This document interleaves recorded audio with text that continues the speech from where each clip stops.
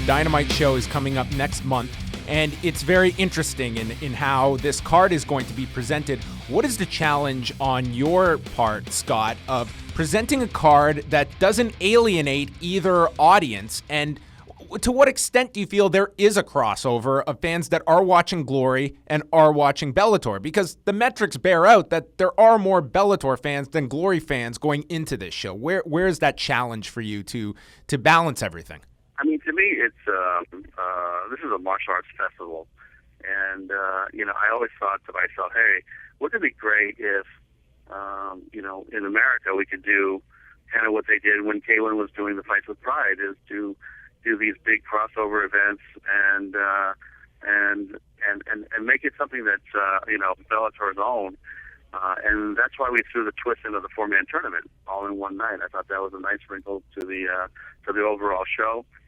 And when you think of Glory, it's a sampling. You're getting a sample of Glory. You're getting a sample of the 4-man tournament, and then you're getting the big main event with Tito Ortiz fighting McGeary. So.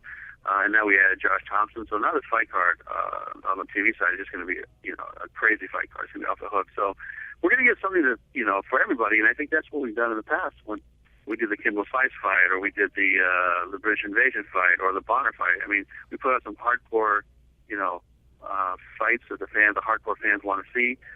But we've also done what I call the fun fight, or the Legends fight.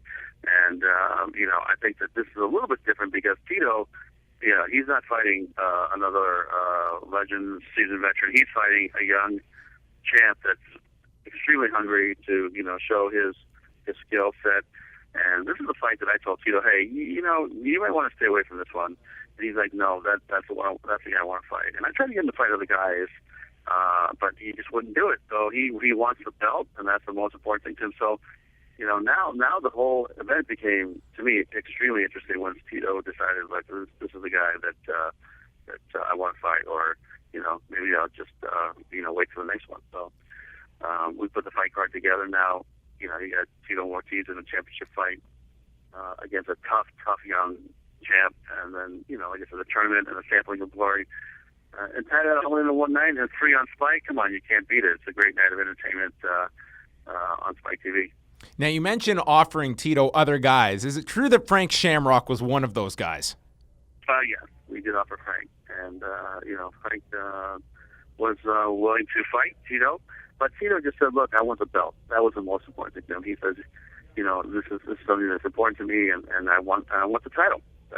I don't want to fight Frank. I don't want to fight, Ken. We didn't offer him Ken, but he said, I don't want to fight Ken. I don't want to fight this guy. I don't want to fight that guy. I want to fight McGeary for the belt. And it all started with the British Invasion. I mean, I was sitting at the cage side, and I was watching the McGeary fight against Emmanuel Newton, which was just an amazing fight. It was very entertaining. And this guy keeps tapping me on the shoulder, and I'm like, turn around, and it's Tito, and I'm like, what's up, Tito? I'm watching the fight. And he's like, I want to fight the winner of these two. And I'm like, yeah, we'll talk about it later. I'll talk about it later. And then he's like, no, I want to fight him. And 5 minutes later, taps me on the shoulder. I want to fight him.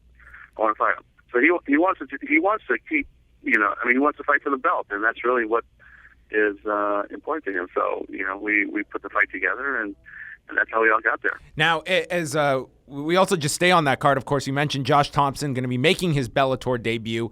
How quickly did talks begin with Josh Thomson when he had fulfilled his final fight with the UFC at that point? Was this a fairly straightforward deal? I mean, how quickly did this come together?